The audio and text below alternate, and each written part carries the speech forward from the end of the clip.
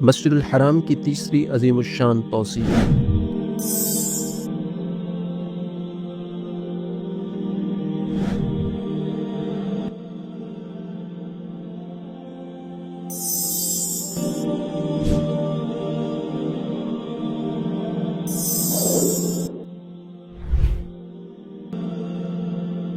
رمضان المبارک 1446 ہجری بمطابق 2025 کے دوران ڈرون کیمروں سے حرم مکی کی بنائی گئی وائرل ویڈیوز نے مسجد الحرام کے جمال اور جلال دونوں کی دھاک بٹھا دی ہے۔ فن تعمیر کا ایسا شاہکار شاید ہی دنیا نے پہلے کبھی دیکھا ہو۔ ڈیزائننگ اور بناوٹ میں نفاست، نزاکت اور طہارت کے تقاضوں کو یوں پورا کیا گیا ہے کہ بے ساختہ ماشاء اللہ اور سبحان اللہ پڑھنے کو جی چاہتا ہے۔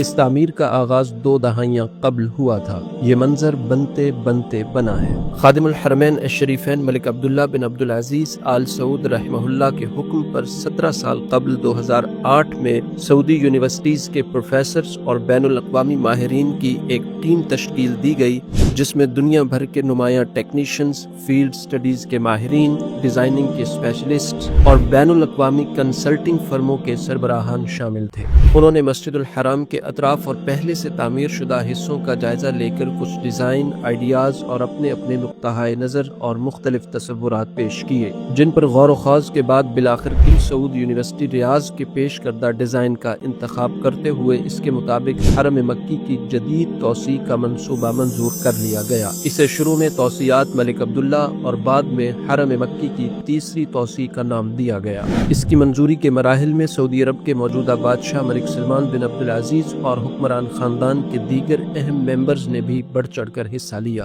کنگ سعود یونیورسٹی ریاض کے کالج آف آرٹ کے پروفیسرز، قاہرہ یونیورسٹی مصر کے ماہر آرکیٹیکچرز، القرى یونیورسٹی مکہ مکرمہ کے فیلڈ ٹیکنیشینز، بین الاقوامی کنسلٹنگ کمپنیوں کے ڈائریکٹرز، بیروت یونیورسٹی کے انجینئرز اور بن لادن کمپنی کے ٹھیکیداروں کے ساتھ مشاورت کے عمل کو بار بار دہرایا گیا۔ مارچ 2009 میں کنگ سعود یونیورسٹی کی جانب سے مجوزہ توسیعی ڈیزائن کو تیار کرنے کے لیے شاہی حکم نامہ جاری کیا گیا۔ توسیعی پروجیکٹ کی منظوری سے پہلے اس کی منصوبہ بندی اور ڈیزائننگ کے معیار، تعمیراتی میٹیریل کی جانچ پڑتال، اس کی ڈائمینشنل انجینئرنگ، آپریشنل اسٹریٹجی اور حفاظتی نقطہ نظر کو یقینی بنایا گیا۔ سعودی قیادت کے ان جاں گسل اقدامات کا مقصد مسجد الحرام نے آنے والوں کے لیے عبادت کی انجام دہی کو آسان بنانا اور انہیں فراہم کی جانے والی خدمات کو آخری درجے تک شاندار طریقے سے مکمل کرنا تھا۔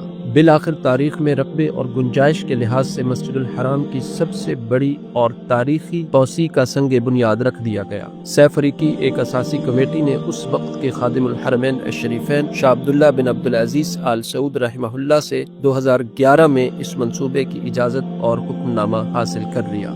بن لادن کمپنی کو تعمیر و توسیع کا ٹھیکہ دیا گیا۔ بعد ازاں جنوری 2015 کو خادم الحرمین الشریفین ملک عبداللہ بن عبدالعزیز آل سعود کا انتقال ہو گیا اور کام عارضی طور پر روک دیا گیا۔ سعودی عرب کے اگلے فرمانروا اور موجودہ خادم الحرمین الشریفین ملک سلمان بن عبدالعزیز آل سعود نے حلف اٹھانے کے بعد 30 مئی 2015 کو مسجد الحرام کے توسیع منصوبے کے مراحل کا جائزہ لیا اور صحن کعبہ میں کھڑے ہو کر کہا کہ میں شاہ عبداللہ کی وصیت پر عمل کروں گا، جیسا کہ انہوں نے مجھے مکہ مکرمہ میں منصوبوں کی ذمہ داری سونپی تھی۔ چنانچہ مئی 2015 کے بعد توسیع منصوبے پر دوبارہ کام کا آغاز کر دیا گیا۔ اس تیسری توسیع میں 4 میناروں اور 6 نئے فلورز کا اضافہ کیا گیا۔ خاص طور پر مسجد الحرام کے شمالی حصے میں نئی تعمیرات کی گئی، سائی کی جگہ اور مطاف کو وسیع کیا گیا، ہسپتال اور ٹنلز کی تعمیر کی گئی، ٹرانسپورٹ سٹیشنز اور پاور سٹیشنز کو جدید کیا گیا، زمزم نکالنے اور مہیا کرنے کے لیے نئی جدید ٹیکنالوجیز فراہم کی گئی۔ توسیع میں 3 نئے دروازے شامل کیے گئے، جن میں سے ہر ایک 2 طویل و عریض پروں کے ساتھ کھلتا ہے اور ہر ایک کا وزن 18 ٹن سے زیادہ ہے۔ انہیں ریموٹ کنٹرول کے ذریعے چلایا جاتا ہے۔ یہ دروازے حرم اسپتال کے سامنے اور پیدل چلنے کے لیے بنائی گئی ان سرنگوں کے درمیان واقع ہیں جو حرم کو الحجون اور جروال کے علاقوں سے جوڑتی ہیں۔ توسیع خدمات میں 5 نئی ٹنلز بھی شامل ہیں جن میں سے 4 نمازیوں اور زائرین کی آمد و رفت کے لیے ہیں، جن کی کل لمبائی تقریباً 5300 میٹر ہے۔ اس توسیع میں نئے power stations, back up generators, water cooling اور پانی کا ذخیرہ کرنے کا سسٹم بھی شامل ہے۔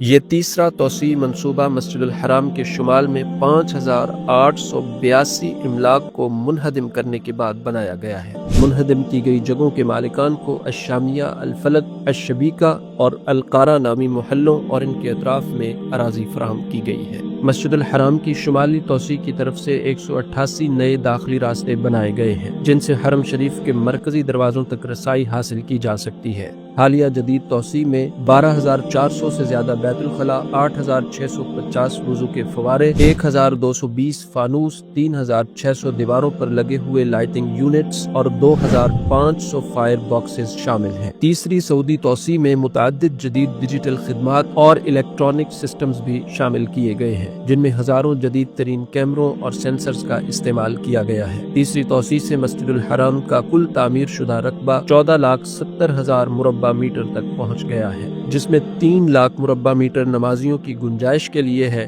جبکہ باقی نمازیوں کی رہائش کے لیے مختص کیا گیا ہے۔ تیسری سعودی توسیع میں سعی کا رقبہ بڑھ کر 57,000 مربع میٹر ہو گیا ہے، جس سے 1 گھنٹے میں 70,000 سے 1,18,000 تک زائرین کی سعی کی گنجائش پیدا ہو گئی ہے۔ جیسا کہ پہلے بتلایا گیا ہے کہ حرم مکی کی حالیہ توسیع تاریخ کی سب سے بڑی اور سب سے مہنگی توسیع ہے، جس کا آغاز خادم الحرمین الشریفین ملک عبداللہ بن عبدالعزیز آل سعود رحمہ اللہ نے کیا تھا۔ ان کی وفات کے بعد اسے خادم الحرمین الشریفین ملک سلمان بن عبدالعزیز آل سعود حفظہ اللہ نے جاری رکھا، جبکہ آخر کے کچھ سالوں میں سعودی ولی عہد شہزادہ محمد بن سلمان نے اپنے والد شاہ سلمان بن عبدالعزیز کی ہدایات کی روشنی میں اس پروجیکٹ کو پایہ تکمیل تک پہنچایا۔ آج یہ مسجد الحرام کی عظیم الشان توسیعی عمارت دنیا بھر کے مسلمانوں کی عبادت کے لیے تیار ہے۔